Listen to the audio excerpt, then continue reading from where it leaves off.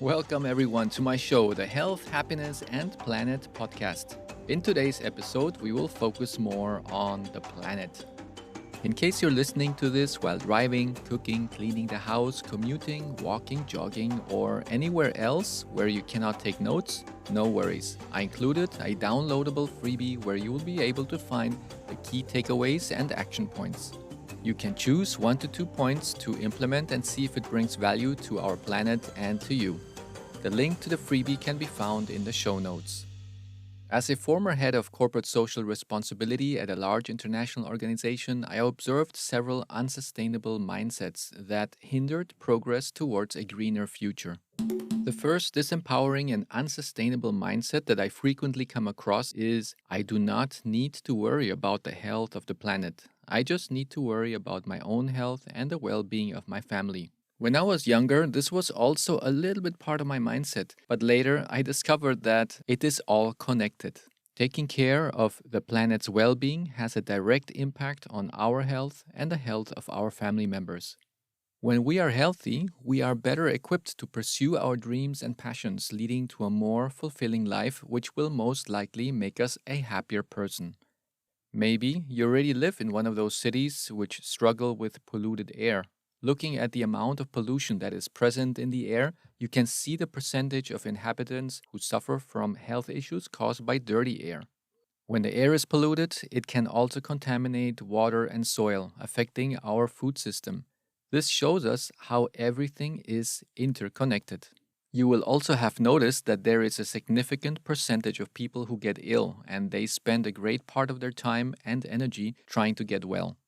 Just imagine the countless dreams, aspirations, projects, goals, experiences, and passions that could have been realized if these individuals had access to clean air, water, food in a vibrant and nourishing environment free from pollutants. Instead of living a life filled with joy and happiness, they often find themselves experiencing fear, sadness, and disappointment due to their illness. To achieve our passions and dreams, we must take steps to protect the environment in which we live in so that we can thrive. Think about a tree. If a tree is planted in a small pot, it can only grow to a limited size due to the constraints of its environment. However, if it gets planted in a larger pot or even in a garden with ample space, it can grow to its full potential. The same concept applies to us people. If we live in an environment that restricts our ability to be healthy and reach our full potential, we will never truly realize our capabilities in this lifetime. It is essential to prioritize the health and well-being of ourselves and the environment in which we live in to achieve success and fulfillment. And now it's time to look at the unsustainable mindset number 2, which I frequently hear. And it goes like this. I do not believe that the environmental threats are a real impact. I don't understand what the big fuss is all about. It is easy to hold this belief if you live in a relatively clean environment, far away from the polluted areas. Especially if we live in a smaller town without air pollution, we might not even see the need for change. However, we need to realize that we all live on the same planet, and what affects one part of the world will have ripple effects on the other parts of the world as well. These ripple effects can be seen in many ways, such as extreme weather changes, shorter or longer seasons, or even the presence of microplastics in our environment. Humans have produced so much plastic that it is now found as microplastics everywhere around the world. Plastic waste takes up to 500 years to decompose, and during that time, it breaks down into smaller particles called microplastics. Today, these microplastics have entered our food system. For example, if we eat fish, we are ingesting the microplastics that the fish consumed in the water. Therefore, it is essential to recognize that the environmental threats are real and have a direct impact on our lives, even if we do not see them in our immediate surroundings. If people are not informed about the things that harm our environment, it will be difficult to make any changes to their daily actions. Therefore, step 1 is build awareness. There are many sources of information available, but be aware that some of those sources may be sponsored by industries with a lot of money that will mislead the public. If you are looking for a fun way to increase your level of awareness, documentaries are a great resource. There are filmmakers who invest years of their lives in collecting data, speaking with researchers and scientists, and communicating their findings in an interesting way for the viewers. Their sole interest is not to sell a product or a service, but to give us all the basic awareness of what is happening and what is causing these problems today. Through these documentaries, you get teleported to different areas of the world and you are shown what is happening. Even if we do not live in a place where we see the immediate damages we are causing, we get the opportunity to see them through the lens of the documentary. In the show notes, I would like to recommend you a few documentaries to watch. These do not only shed light on important issues, but also offer potential solutions and actionable steps for us to take. My family and I decided to watch one documentary per week and create an action plan based on what we learned. Our goal is to change our old habits and create new ones and make a positive impact. Unsustainable mindset number 3. I am just one person. I do not have enough leverage to make a significant impact. I will let the influencers, government, and regulatory agencies take action. If they are not acting, then the problem cannot be that bad. They are the ones who have access to all the intelligence, so if they are not doing anything, then it's probably okay. I have seen that many people experience the so called action paralysis when it comes to the environmental issues because they can be so overwhelming. And this happens to me as well. We hear about all these major problems such as climate change and plastic pollution, and we rely on regulatory agencies, government, or even the influencers to fix them. However, it's important to recognize that each of us can make a difference right now. You do not have to become an environmental activist or spend hours of your day trying to save the planet. All it takes is a few small changes to our daily habits that contribute to our individual carbon footprint. Think about it. Everything around us is constantly being upgraded and improved, from our phones and computers to our kitchen appliances and cars. But we rarely think about upgrading our daily habits to make them more sustainable. As of the recording of this podcast, there are approximately 8 billion people on the planet. If each of us committed to changing just 2 unsustainable habits, we could collectively make a more significant impact than any government or regulatory agency could in a short period. Let's consider a small community of 100,000 people and do the math. If every member of this community goes to a supermarket and puts their bananas and other fruits in separate plastic bags, then buys even more plastic bags to carry their groceries home, the amount of plastic waste generated can be substantial.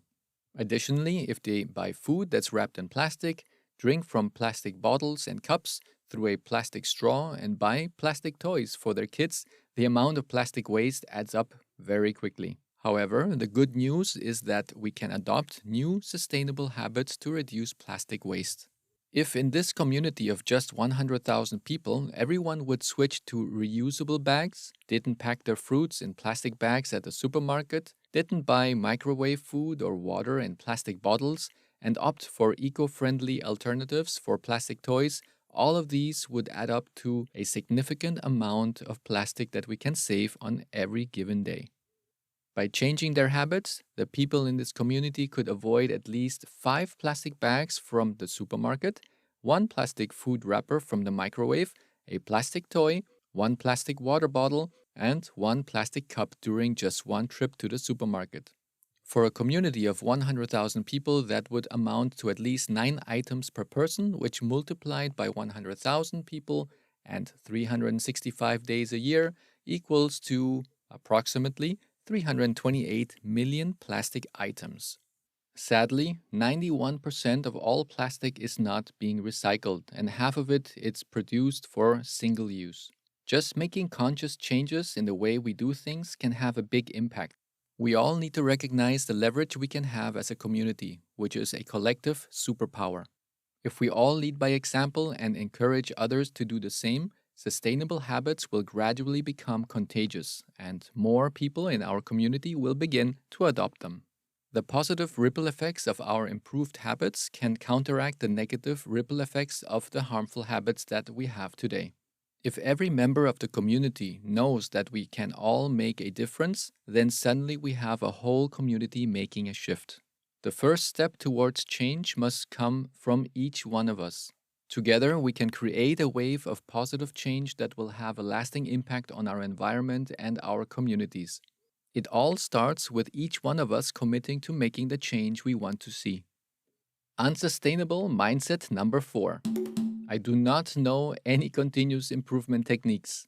You may have the role of a son, a daughter, a parent, an employee, a business owner, an athlete, a driver, a spouse, and many others. Under normal circumstances, we all have a survival instinct, and therefore we also have the responsibility to protect this home we call planet Earth. We have the duty to do our best to leave the world in a better condition than we found it for the sake of the survival of our species. In year 2000, I began teaching courses on the continuous improvement mindset in the corporate world. I formed teams and departments focused on changing company culture to instill this mindset in all employees. The interesting thing was that these continuous improvement techniques were not only applied in the corporate world, but also carried over into people's personal lives, including my own. We realized that to be better parents, we need to invest more time with our children. As for survival for future generations, it is our implicit role to continuously improve our environment for them. The more I travel around the world, the more I realize how precious our planet is. We have a short time on this earth, and it is our duty to treat our home with respect for the sake of future generations. Now, my question to you is, in what areas of your life has there been a lot of improvement over the past 5 years? And in which areas have you seen less progress? I like to make a list of all the different roles that I have, and every 6 months evaluate the progress I have made in each of these roles. Then I create an action plan for the areas I may have neglected and follow the plan for the next 6 months, where I make a new assessment. Try it out for yourself, and don't forget to put some of the default roles on your piece of paper, like the one about being a protector of this planet. Unsustainable mindset number 5 covers the topic consumerism. Our creativity on how to be happier with less is often underdeveloped, as we tend to buy more and more, seeking short term happiness. To tackle this issue, we can adopt the 6R mindset. The first R stands for reduce. Simply put, the less we buy, the less waste we produce at the end of each product's life cycle. This is where the minimalistic mindset comes into play, and every time we make a purchase, we should ask ourselves if we really need this item and if there are other solutions that can help us avoid buying it. It's all about being super conscious and creative. The second R is for refuse. Do not accept items that are not sustainable. Refuse to buy foods, fruits, and vegetables that are packed in plastic bags. Say no when you are offered plastic straw or plastic cutlery, and so on. When we as consumers refuse to go with the flow, then companies will also have to change their practices to satisfy their customers and continue to do business. This also includes not buying products that are not fair trade, not local, regional, products that are linked to animal cruelty, products that were created in countries where workers are not treated fairly, and so forth. Refuse to work with or give money to companies that do not contribute to the well-being of the community and the planet. The third R is reuse. Find creative solutions to reuse items you already own. For example, reuse your water bottle so you don't have to buy new plastic bottles every single day. Buy Tupperware to pack your meals. Think of all the items that you can use repeatedly every day without having to buy new ones. The fourth R is repair. Instead of throwing something away and buying a new one, consider if it can be easily repaired.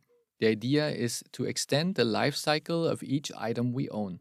The shorter the life cycles, the more waste we will create. And the longer we can use an item, the less waste we will create. The fifth R stands for repurpose. Use your creativity to find ways to repurpose what you already have. This way, you can reduce the need to buy a new product when there is still a chance to use what already exists and repurpose it. There are many websites that offer ideas on how to repurpose old items into new things. For example, you can turn an old window frame into a picture frame or reuse pasta sauce jars to store rice, lentils, or beans. And the final R stands for recycle. What really needs to be thrown away, put it in the appropriate recycling container. Unfortunately, in many countries, most of the so called recycled trash does not actually get recycled. That would be a topic for another episode. Another interesting way to recycle would be to use home composting to reduce waste. And now we have arrived to the last unsustainable mindset for today, which is number 6. This one I call the blind spot mindset, or also known as the ostrich mindset. And this one is about not knowing what end to end systems our money is supporting. Do you truly understand the systems you are supporting every time you spend money? Take a closer look at the end to end chain and develop the habit of asking why, like a little child. You know how children always ask why, and therefore we need to do the same. In Japan, there is a method called the 5 whys, and that helps to identify the root causes of problems. For instance, when we observe issues like deforestation, wildlife destruction, and tree cutting, there are several underlying causes we can uncover by asking ourselves why repeatedly until we get to the root cause. One of these root causes is the fact that a large portion of the world's population eats a lot of meat on a daily basis. To continue this habit, we require extensive animal agriculture, which accounts for approximately 85% of the global deforestation.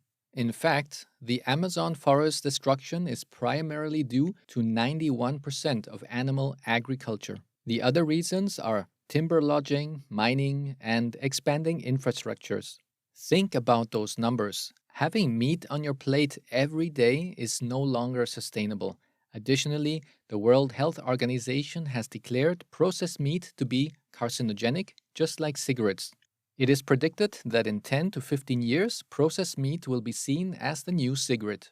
If we look back a few years, cigarettes were very common, and there was a high chance that your doctor also smoked while advising his patients on how to maintain a healthy lifestyle. The same is happening today with processed meat. Recent estimates suggest that approximately 34,000 cancer deaths per year worldwide are directly linked to meat consumption. Therefore, by limiting your meat consumption, we are not only helping the planet, but we are also helping our health. Throughout my life, I have struggled with high cholesterol levels, usually over 370, and only medication could keep it in a safe level. My doctor warned me that I had a high risk of a heart attack in the long run due to the clogged arteries caused by the high cholesterol levels that I had for so many years. Despite trying various diets, my cholesterol remained a major problem. Then, in year 2014, I saw a presentation by Dr. Michael Greger, an American physician. After seeing the data he presented, I decided to try another experiment and eliminate meat and dairy from my diet. Some may call it a plant-based diet, others might call it a vegan diet. I don't know, I just going to do that experiment, eliminate meat and dairy, no matter what they call it. After 3 months, my cholesterol dropped to normal levels and I no longer needed medication. It was a success for my health and I never looked back. That was when I realized the connection between our personal choices and the planet's health. Think about it. Maybe, just maybe, what is good for us is also good for the planet and vice versa. The point is, every time I pull out my wallet to pay for something, I have to ask myself, what am I supporting with my money? If I buy meat, I'm contributing to the opposite of sustainability. I'm supporting deforestation, species extinction due to rainforest destruction, high water consumption, and I'm also supporting the meat and dairy industry, which uses up 1/3 of our limited freshwater resources. Just to serve one person one hamburger, we need about 3,000 liters of water. Farm animals produce a large amount of waste. It is estimated that every minute in the US alone, we have 3.2 million kilograms of excrement produced by animals for food. This has a serious impact on the health of our soil, which then affects the rest of our food chain. So, here again, that's the ripple effect. Livestock farming covers 45% of the Earth's total land area. By eating meat every day, the demand for livestock land space increases 18 times, leading to even more deforestation. Looking at all the available data, I could go on for a long time listing more and more negative effects every time I invest my money in meat. Believe it or not, there is another aspect a few people are aware of. When an animal is killed, it has a lot of fear and adrenaline in their body. This negative energy, full of fear, is stored in their body, and then we also consume this negative energy. Not to mention all the antibiotics we consume with it, making us more antibiotic resistant and more filled with chemicals in our system. Over 66% of all the antibiotics sold in the world go to livestock each year. Then guess who eats the livestock containing all of these antibiotics? Overall, it has been statistically confirmed that animal agriculture is a leading cause of species extinction, water pollution, habitat destruction, and ocean dead zones. No matter how I looked at it, every time I pulled out my wallet to buy meat, I sponsored and promoted all of the above vicious cycles. Then I simply ask myself the next logical question. Do I want to be part of this system? Do I want to further promote it? And of course, the answer is no. By saying no to promoting deforestation, I obtain a direct side effect of not eating meat and dairy, which was I became much healthier again. My brain fog disappeared. My ideal weight came back and stayed. I had sharper thinking. My allergies disappeared. I had more energy and happiness than ever. And to top it all off, plant based foods tasted for me even better than the foods I ate before making the change. But be aware that not every vegan diet is a healthy one, and it's important to make a good transition and not fall into eating vegan junk food and stay sick. For example, if you eat a bag of chips and sip on a soft drink, that's vegan, but not necessarily healthy or well balanced food. To give you another example of what you may be promoting with your hard earned money is, do you know how many products you use that contain palm oil? It is also a major driver of deforestation in one of the most biodiverse forests in the world.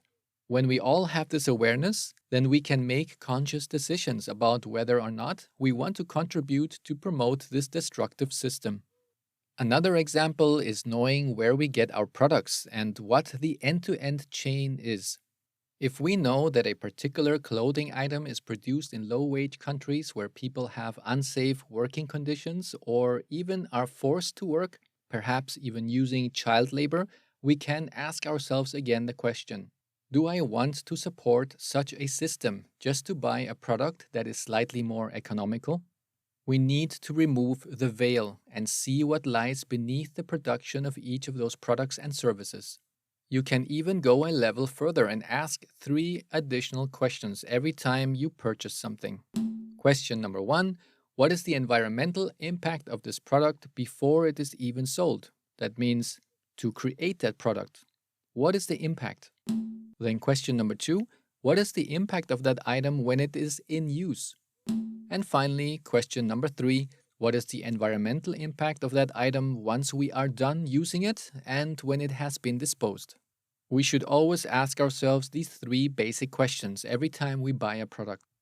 Let us take electric cars as an example. What is the environmental impact of making the batteries for these vehicles before they're sold? What are the resources needed to create those batteries? What kind of electricity was used during the creation of those vehicles? Then later, once we purchase the vehicle, then we can see what is the impact that it has during the lifespan when it's in our hands. And we should also think, where does the electricity come from the moment that we are using this item? Is it from solar energy, from coal, wind energy? Because not all electricity is clean energy. And lastly, what happens to your car once it reaches the end of its lifetime? What happens to the batteries? Where do they end up? How are they disposed of? Is there a process for disposing of these batteries, and what is the environmental impact of this part of the process? And now we should take these 3 stages, the before stage, the during stage, and the after stage, and compare it to the life cycle of a conventional combustion car. Well, I don't have the answer at the moment because I am still doing my research on this topic, but I'm very curious about the results and I will share them with you once I have them. Now, let's take a look at the summary of this final unsustainable mindset of this episode. It is crucial to have the mindset of questioning what you're promoting with your money. You're not just investing your money in a product or a service itself, but you are also investing in the entire process and systems of creating the product, the lifetime while you are using the product, and the afterlife of that product. This is the only way you can make informed choices and support the right systems that are not harmful to people, our animals, and the environment. So think about it. We are not just buying a product, we are buying everything that's around it. Most of the data provided here in this episode comes from a well-verified infographic that you can find at the link in the show notes. It is based on a documentary called Cowspiracy, and I recommend you to watch. Okay, everybody, we are now coming to the end of this episode, and I would like to make a quick summary of those 6 unsustainable mindsets. Number 1, one should recognize that everything is interconnected. By taking care of the planet, we are taking care of ourselves, our children, and future generations. Point number 2, just because we may not see the negative effects in our own community, it does not mean that action is not necessary. We are all in the same boat and we will be affected eventually. Then we have mindset number 3, change starts with us. Each person has the power to make a big difference, and if everyone in our community takes responsibility, we can collectively make a difference. Point number 4, we must adopt a continuous improvement mindset, not only in our individual roles, but also as protectors of this earth. Point number 5 is to adopt the 6R mindset, which stands for reduce, refuse, reuse, repair, repurpose, and recycle. In the freebie, I included a simple chart where you can evaluate the status quo in your household, and I also included a simple action plan template which you can use to enter the things you would like to do different in the next couple of weeks. And last but not least, mindset number 6 is ask the right questions and consider the systems our money supports, promoting those that are not harmful to people and the environment. In future podcast episodes, I will regularly highlight a product that does not support our health or the environment, or both, and I will give you alternative solutions. Do not worry if you did not take notes or if you are not 100% sure what are the actionable steps to take. In the show notes, you will find a link to a downloadable cheat sheet with simple action plan. You can choose the action points that best fit your current situation and assess if it made any impact. Please feel free to let me know how it went. Your feedback is important for my team and me so that we can continuously improve the value we provide you, as we want to give you the most out of each episode. Please rate, subscribe, send your comments, and share with those family and friends who you think would enjoy this episode. Your support is greatly appreciated and I'm grateful to hear from you.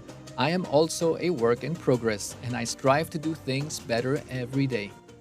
Thank you, take care, and I'll see you soon in the next episode. Big hugs, everyone.